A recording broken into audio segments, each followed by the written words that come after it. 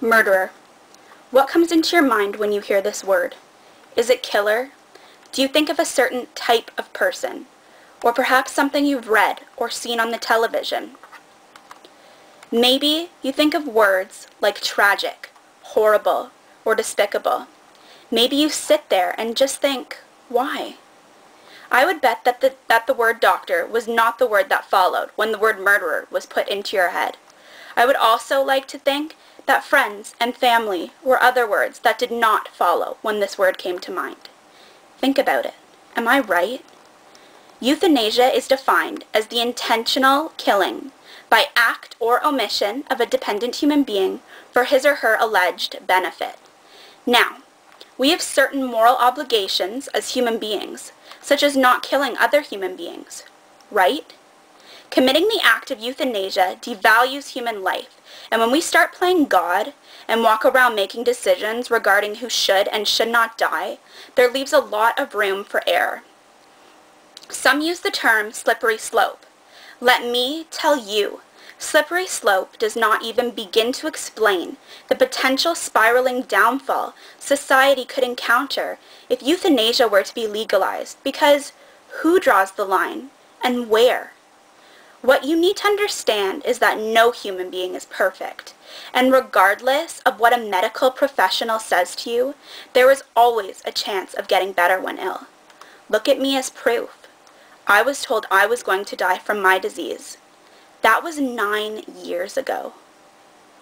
I understand that euthanasia is most commonly used to free the ill person from their suffering. However, what if that person could survive? Isn't it worth trying to preserve their life?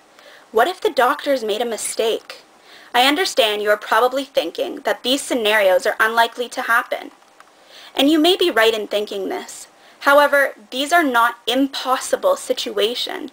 And since it is a life we are discussing here, isn't it worth it to take a step back from the big picture of multiple lives and recognize the importance of each individual life? Were we to legalize euthanasia, it would first probably be legalized for purposes of euthanizing the terminally ill. However, how can we truly decipher what goes on behind closed doors?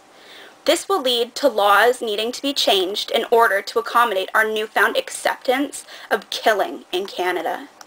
Section 14 of the Canadian Criminal Code states that no person is entitled to consent to have death inflicted on him, and such consent does not affect the criminal responsibility of any person by whom death may be inflicted on the person by whom consent is given.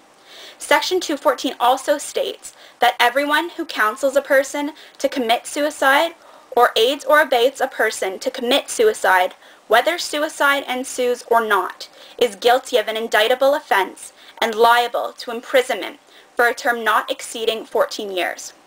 Those laws would need to be changed. Section 7 of the Canadian Charter of Rights and Freedoms states that each person has the right to life. This is the most fundamental right we have, and truly defines us as Canadians in the law, due to the fact that it represents that life is the most important right you have as a human being, and nobody, not one single person in the world, can take that right away from you.